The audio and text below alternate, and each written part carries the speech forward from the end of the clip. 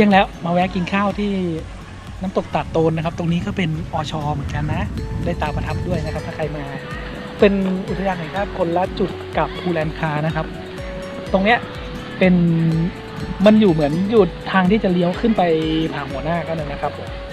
ก็ถือว่าน่าแวะเข้ามานะครับเพราะที่นี่มันเป็นสถานที่ท่องเที่ยวที่เป็นที่นิยมของจังหวัดชัยภูมิเลยนะครับชื่อดังนะครับมากินข้าวกันก่อนเดี๋ยวเราจะเดินเข้าไปเล่นน้ำตกข้างในนะครับที่นี่นักศึกษาเยอะมากที่นี่เป็นอุทยานแห่งชาติที่มีเก็บค่าบริการราคานักศึกษาด้วยนะครับลดครึ่งหนึ่งของราคาปกตินะครับ40 บาทหรือ20 บาทเนาะได้เวลารับประทานอาหารกลางวันแล้วครับตอนนี้เป็นเมนูที่ตัดโตนวันนี้เป็นมาถึงอีสานก็กินเมนูอาหารอีสานล้วนๆเลยนะครับผมวันนี้ก็สั่งไปอยู่หลายจานอยู่แต่ตอนนี้มาส่งอยู่เท่านี้นะครับ3มาอีก1เมนูแล้วครับก็ตอนนี้มีตำไทยต้มแซ่บซี่โครงนะครับตำลาวไก่ย่างนะครับต้มแซ่บที่นี่แปลกตาหน่อยเขาจะใส่ข้าวคั่วนะครับข้าวคั่วนี่ตำเองด้วยนะเม็ดเป็นเม็ดข้าวเลยท่าจางจะดีเดี๋ยวเราจะเริ่มชิมจากตำลาวก่อนถึงพื้นที่แล้วจะชิมดีป่ะนอได้บอกเขาไหมว่าไม่เผ็ดหรือเผ็ดปกติ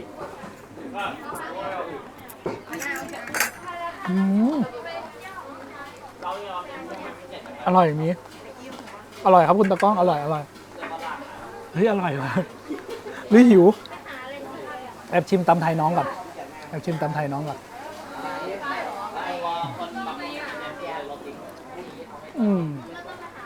ทยครับก็แนวสลัดมะละกอมันจะหวานนิดนึงไม่ค่อยเผ็ดอันเนี้ยโดนอันนี้เลยแล้วกันน้ำก่อนหิวมือสั่น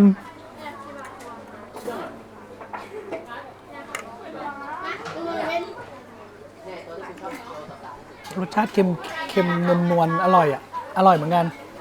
เป็นต้มแซ่บที่ไม่เหมือนที่กินที่กรุงเทพไม่เหมือนเลยนะครับถ้าเอามาให้กินก็ไม่บอกว่าต้มแซ่บนะที่จะ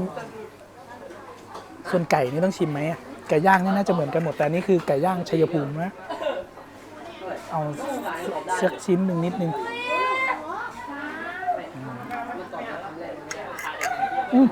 เนื้อไก่นุ่มดีครับไม่แห้งไม่ได้ย่างทิ้งไว้หรือเขาย่างไว้ก่อนแต่เขายังย่างไม่100%นะแล้วเขาก็มาย่างอีกทีนึงให้เรากินนะครับ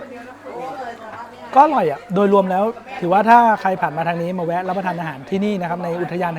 แห่งชาติน้ำตกตาดโตนนะฝากท้องได้นะครับราคาไม่แพงนะเดี๋ยวให้ดูเมนูเอาเมนูทำไมหยิบมาหลายใบพวกไก่ย่างนี่ตัวละ150นะครับแล้วก็พวกเนี้ยไก่ย่างตัวละ150ของเรานะครับเดี๋ยวส้มตำเขาคิดเราเท่าไหร่40 บาทตำไทย40 บาทตำลาวก็40 บาทเหมือนกันนะครับแล้วก็ต้มแซ่บไหนดูที่ต้มแซ่บของเราอยู่ตรงไหนต้มแซ่บกระดูกหมู80 บาทราคาถือว่ามิตรภาพกับนักท่องเที่ยวมากๆนะครับค่าเข้าก็มิตรภาพถ้าเข้ามาในราคานักศึกษาลดครึ่งราคาด้วยนะครับผมโอเคขอลงมือแล้วนะครับได้หรอคะเนี่ยมีครับ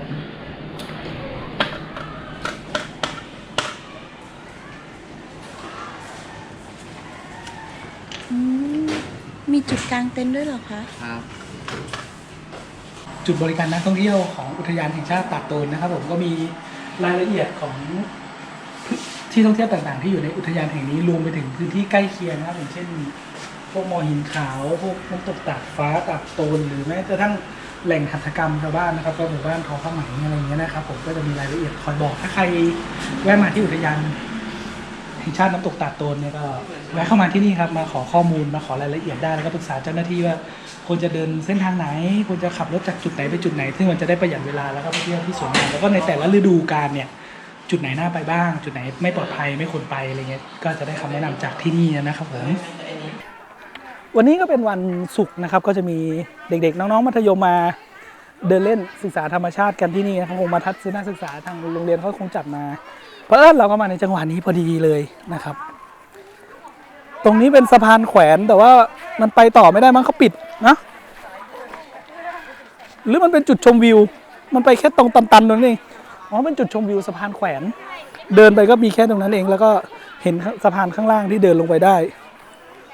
มาตรงนี้ก็เราก็จะมองเห็นนะครับน้ำตก หาดน้ำตกด้านล่าง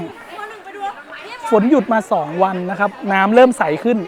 เมื่อช่วงประมาณสักสัปดาห์ที่แล้วน้ำตกตาดโตนจะสีขุ่นมากเลยถ้าเพื่อนๆอาจจะมีใครเห็นในกลุ่มนะมีการโพสต์ไว้ให้ดูนะครับว่าเขามาแล้วน้ำมันขุ่นตอนนี้ฝนมันหยุดไป2 วันละน้ำมันก็ค่อนข้างจะใสนะครับข้างล่างเดี๋ยวเราไปเดินดูใกล้ๆเราอยากลงไปสะพานแขวนไหม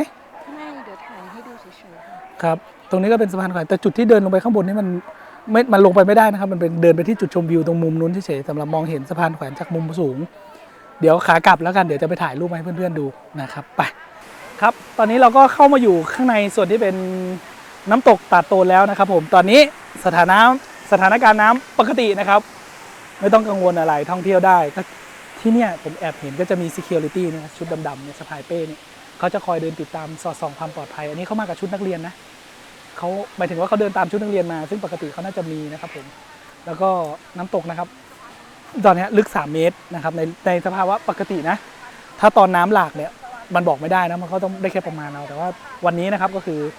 ปลอดภัยในการลงเล่นเลยนะครับเดี๋ยวเราจะเดินไปดูด้านบนของน้ำตกก่อนนะครับว่าเป็นยังไงสวยงามแค่ไหนแล้วเราก็จะค่อยๆลงมาดูน้ำตกแล้วเราก็จะเดินเลาะตามแนวเรียบน้ำไปนะครับจะได้พาเพื่อนๆไปดูวิวด้วยนะครับผม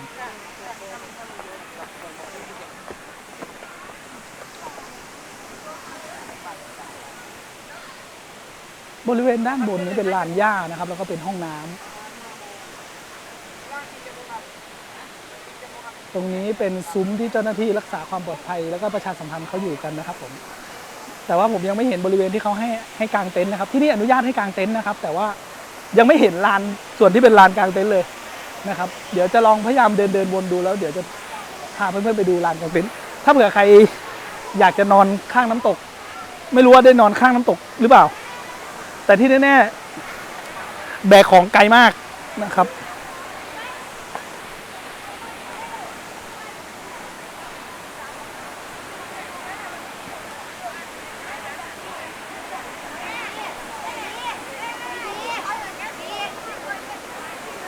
ระวังพึ่งนะครับคุณตะก้อง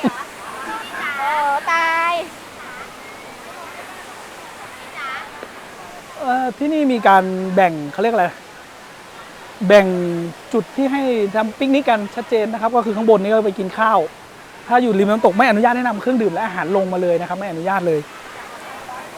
เดี๋ยวเราไปดูใกล้ๆนี่ก็จะมีเจ้าหน้าที่รักษาความปลอดภัยของอุทยานคอยดูแลอยู่อย่างดูสิว่าเขา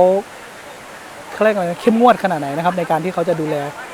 คงเป็นเพราะว่ามีเด็กๆมาเยอะด้วยวันนี้ก็เลยมาดูกันเข้มนิดนึงนะครับผมส่วนเราแก่แล้วเราไปดูปลายๆนู่นเลยไหมไปสัมผัสน้ำหน่อยว่ามันเย็นไหมนะไปเขาปรับปรุงภูมิทัศน์รวมถึงทำพื้นทางเดินได้สวยงามมากนะครับผมทำแบบลอกเรียนธรรมชาติเลยอันนี้คงไม่ได้ทำเนาะใช่ไหมหินแปลกๆเนาะแต่ก็มีผสมกับส่วนที่ทำพื้นขึ้นมาใหม่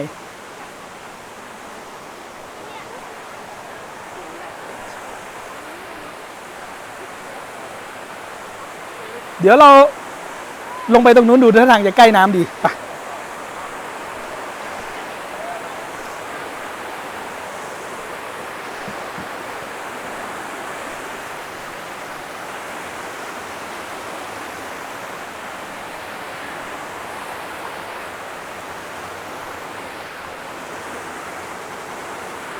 ฝั่งนู้นเดินไปได้นะแต่ไม่รู้ข้ามไปยังไงข้างบนนู้นก็คงเขาเรียกอะไร waterfall watch ป่ะเหมือน day watch อะไรระวังล่องนะครับ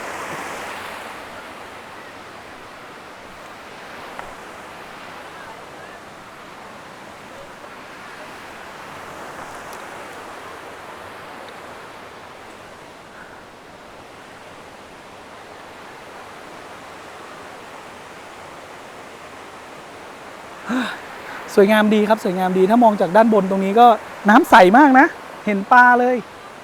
บริเวณตรงนี้คือมันเป็นลักษณะเหมือนลานหินที่มีน้ำไหลผ่านนะครับผมค่อนข้างสวยงามเลยใสด้วยน้ำเย็นหรือเปล่าเนาะอยากลงจังเลย แต่สวยดีฝั่งตรงนู้นก็เป็นแก่งหินถ้าลักษณะเวลาน้ำหลากมาเนี่ยข้างบนนี้น่าจะไม่สูงมากนะครับเพราะว่าดูจากแนวสิ่งปลูกสร้างตามฝั่งนู้นแล้วเนี่ยก็คือน้ำข้างบนเนี่ยอาจจะสูงขึ้นมาจากตรงนี้อีกนิดหน่อย แต่ส่วนที่มันพ้นจากน้ำตกลงไปเนี่ยผมว่าอาจจะเยอะมากนะครับเพราะคงจะลานนี้ก็คงจะท่วมไปแล้วก็ลงไปเลยนะครับมีจุดให้เจ้าหน้าที่เขาอยู่เยอะแยะมีเจ้าหน้าที่ยืนดูทุกมุมอ่ะมันตั้งท่ามากเลยนะครับเอาละผมว่าธรรมชาติที่สวยงามขนาดนี้ถ้าใครมีโอกาสได้มาแถวนี้ก็อยากให้ลองแวะเข้ามาสัมผัสดูนิดนึงนะครับเดี๋ยวผมหยุดคลิปไว้ตรงนี้ก่อนเดี๋ยวถ้าถึงลานกลางเต็นท์แล้วเดี๋ยวเรามาเดินกันอีกทีนะครับผมดูวิวตรงนี้ไปก่อนครับ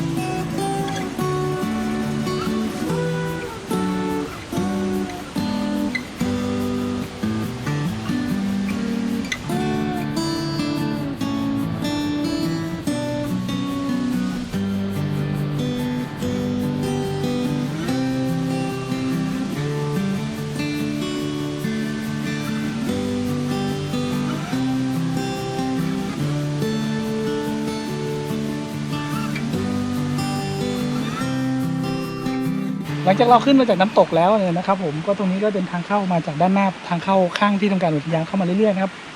ประมาณ300เมตรเพื่อจะเข้ามาเล่นน้ำตกตรงเมื่อกี้ที่เราไปกันมา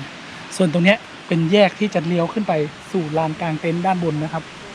สามารถนำรถเข้ามาจอดมาเอาของลงตรงนี้แล้วก็อาจจะต้องย้ายกลับไปจอดข้างร้านค้าสวัสดิการด้านข้างนู้นนะครับเดี๋ยวเราเดินขึ้นไปดูลานกันทุกอย่างดีหมดมันไม่ดีตรงนี้แต่มั้งที่จะต้องเดินขึ้นมาเนี่ยห้องน้ำดีมากนะครับอยู่ตรงนี้ครับเป็นรูปแบบของอุทยานแห่งชาติมีห้องน้ำคนพิการแยกต่างหากเลยนะครับผมก็คือมีทางลาดขึ้นมาชัดเจนแล้วก็ค่อนข้างกว้างสะดวกไม่ปะปนกับคนปกตินะครับก็คือคนปกติไม่มีสิทธิ์มาแอบใช้เพราะมันเดินมาอีกทางนึงเลยนะครับถือว่าดีมากนะครับสบายใจได้ไม่เลอะเทอะเพราะว่าคนจะไม่ค่อยเขาเรียกมาเข้าลำบากห้องน้ำมีจำนวนไม่มากนะครับแต่ว่าเขามีห้องอาบน้ำกลางแจ้งไว้สำหรับคนที่มาเล่นน้ำตกแล้วก็มาอาบน้ำนี่ที่เราเห็นเป็นฝักบัวเนี่ยครับก็คือเราร้อนๆเล่นน้ำตกเล่นอะไรมาล้างตัวตรงนี้ได้ก็ถือว่ายืดหยุ่นนะครับรองรับการท่องเที่ยวที่ดีเลยนะครับผมถ้าใครสนใจที่จะมากางเต็นท์ที่นี่ก็สามารถที่กางเต็นท์จากด้านบนแล้วก็เดินลงมาเล่นน้ำตกได้หรือว่ามันมีทางให้รถขึ้นไปข้างบนอาจจะมีทางให้รถขึ้นไปข้างบนนะเราจะยังไงเราจะเดินไปไหมหรือเราจะเดินกลับไปที่รถแล้วขับรถเข้ามาโทษนะครับข้างบนเอารถขึ้นไปได้ไหมครับรถยนต์นะครับขับขึ้นไปข้างบนนู้นได้ไหมมีทางขึ้นอยู่ทางนี้นะครับอ๋อขอบคุณมากเลยครับสวรรค์เดี๋ยวเราไปเอารถมา เดินไปเรื่อยๆ เดี๋ยวขอสำรวจห้องน้ำแป๊บนึง โอเคไปเลยทะลุทางนี้เลย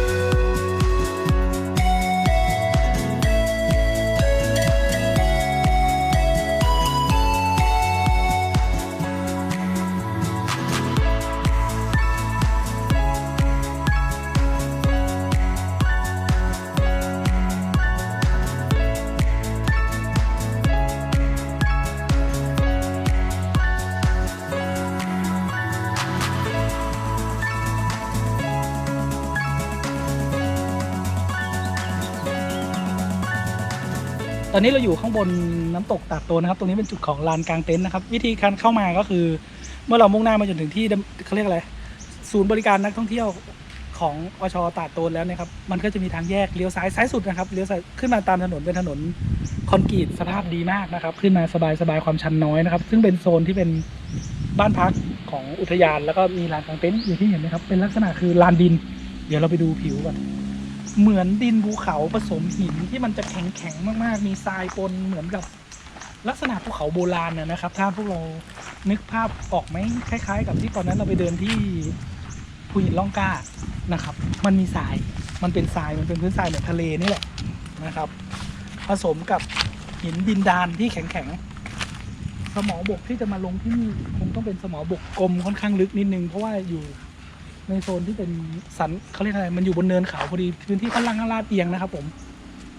ห่างจากน้ำตกอยู่นะ ห่างจากน้ำตกโอ้โหโขอยู่นะครับไกลถ้ากลางตรงนี้แล้วเดินลงไปเล่นน้ำตกนี่เดินไปสนุกเดินกลับไม่สนุกเลยนะครับ แล้วก็ห้องน้ำนะครับ มีอยู่ตรงนู้นเลยนะครับนู่นจุดของลานทางฝั่งนู้นนะครับ ตรงเนี้ยส่วนใหญ่เขาจะใช้เป็นการเป็นค่ายเยาวชน มีอาจารย์มาพักบ้านพักบินนักเรียนนะครับ ก็จะเป็นห้องนอนจุดสัมมนาเป็นห้องบ้านพักเยาวชนก็เรียกเป็นค่ายเยาวชนนั่นแหละนะฮะจะมีป้ายบอกเลยเป็นค่ายเยาวชนแล้วก็มีตรงนู้นเราจะมีห้องน้ำของค่ายเยาวชนแยกเพศกันอยู่ซึ่ง ไม่รู้ว่าตอนเรากางเต็นท์เราจะไปใช้ด้วยได้ไหมแต่ถ้าตามสภาพที่เห็นเราคงต้องไปใช้ตรงนู้นนะครับ แล้วก็สามารถจอดรถได้ใกล้ๆตรงห้องน้ำนู่น ตรงนี้เป็นลานจอดรถของคนที่มาอยู่บ้านพักแล้วนะครับ ส่วนเรื่องอัตราค่าเช่าบ้านพักเนี่ย ผมว่าดูทางเว็บไซต์แล้วก็โทรมาถามดีกว่าเพราะว่าผมไม่แน่ใจว่าราคามันมีการเปลี่ยนแปลงหรือเปล่านะครับผมก็เสิร์ชในอินเทอร์เน็ตนะครับค้นหาเลยนะครับอุทยานแห่งชาติตาดโตนในนั้นจะมีรายละเอียดค่อนข้างครบถ้วนอยู่นะครับส่วนเรื่องอุปกรณ์กางเต็นท์อะไรเนี่ยก็ลองสอบถามดูถ้าใครจะมานะแต่ถ้าผมแนะนำจะมานะครับถ้าใครตั้งใจที่จะมาเล่นน้ำโดยเฉพาะเลยเนี่ยก็พอไหวอยู่แต่ถ้าอยากได้บรรยากาศเย็นๆฟินหน่อยสวยๆก็ตรงนี้ถือว่ายังไม่เหมาะเพราะว่าค่อนข้างร้อนนะครับพื้นที่มันยังไม่ค่อยอำนวยกับการใช้งานของเราเท่าไหร่นะครับถ้าจะให้ดีก็ที่เรากางกันเมื่อคืนพาหัวหน้าเด็ดจริงนะครับ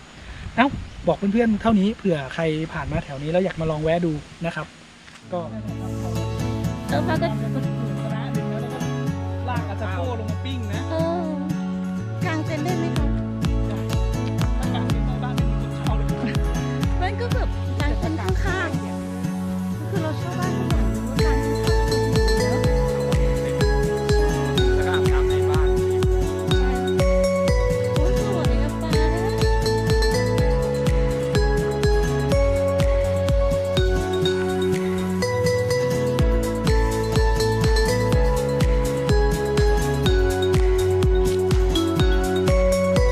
เฮ้ยตรงล็อกมันสวย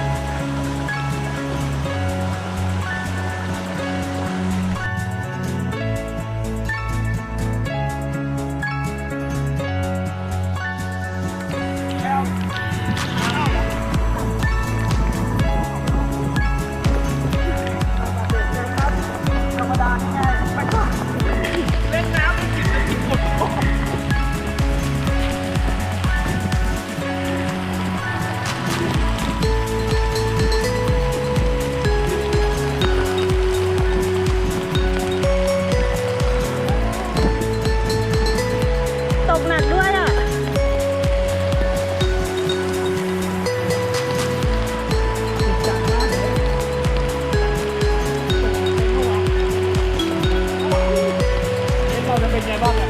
ท่วมนะ